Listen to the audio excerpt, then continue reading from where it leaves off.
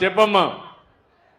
అక్కడ తల్లిదండ్రులు లేరు సార్ బాబుకి, ఇద్దరు చనిపోయినారు. తల్లి లేరు తండ్రి లేరమ్మా. లేదు సార్. ఏం చదువుతామా నువ్వు అమ్మాయి మైకి? 8th క్లాస్ చదివినా సార్. ఏమా? 8th class. 8th క్లాసా? చదువుతున్నావా ఆపేసావా? ఆపేసాను సార్. ఏం పని చేస్తావు? సేల్లో పని పోతా సార్. ఏది పని చేస్తాం? పెద్దనాన్న వాళ్ళు సాకున్నారు సార్. ఏమ్మా? పెద్దనాన్న వాళ్ళతో ఉన్నా సార్ ఇప్పుడు. వాడు మీ పెదనాన్నతో ఉన్నావమ్మా? ఆవిడ ఇప్పుడు ఆ అమ్మాయిని ఏమన్నా చదువుకుంటావా? లేదు సార్. చదివిస్తే ఏమి చదువుకోవచ్చు కదా. 2 సంవత్సరాలు అయింది సార్ వదిలిపెట్టి. ఎన్నేళ్ళు అయిపోయిందమ్మా? 2 సంవత్సరాలు అయింది. ఇప్పుడు కదా బ్రిడ్జ్ కోర్సులో పెట్టి 10th క్లాస్ ఇంటర్మీడియట్ చేయొచ్చు కదా, మళ్ళీ డిగ్రీ పోవచ్చు కదా. కాదమ్మా మీరు చదివిస్తానని నేను చదివిస్తాను, అమ్మాయి జీవితం బాగుపడుతుంది. పెళ్లి ఖాయమైంది సార్.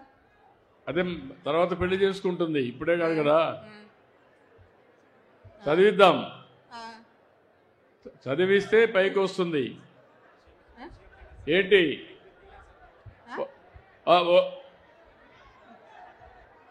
సార్ నాకు ఎంగేజ్మెంట్ అయింది సార్. నీకేం కావాలమ్మా? ఏం చేసుకుని నువ్వు బాగుపడతావు చెప్పా. నేను సార్ ఇప్పుడు నాకు ఎంగేజ్మెంట్ అయింది సార్. ఏమ్మా? ఎంగేజ్మెంట్ అయింది సార్.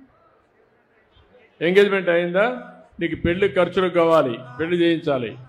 ఓకే, ఒక ఎంత అవుతుంది? హలో సార్, నేను కేసు సార్తో రోజు మాట్లాడాను. ఎవరమ్మా? Case sir.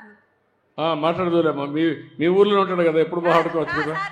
ఇప్పుడు ఆ అమ్మాయికి మ్యారేజ్ చేయడానికి మినిమం 2 లక్షల నుంచి ఎంతైనా ఖర్చు పెట్టి మ్యారేజ్ చేయమంటున్నాను. నేను కేశవ్ గారికి అప్పచెప్తున్నా. ఇమీడియట్గా అమ్మాయి ఖర్చులంతా పెట్టి పెళ్లి చేయించే బాధ్యత తీసుకుంటాం, అది చేస్తామ్మా. ఇనమ్మా, ఇను. ధన్యవాదములు సార్. థ్యాంక్ యూ అమ్మా. సార్ మా చేనులో దిగిన సంతోషంగా ఉంది సార్.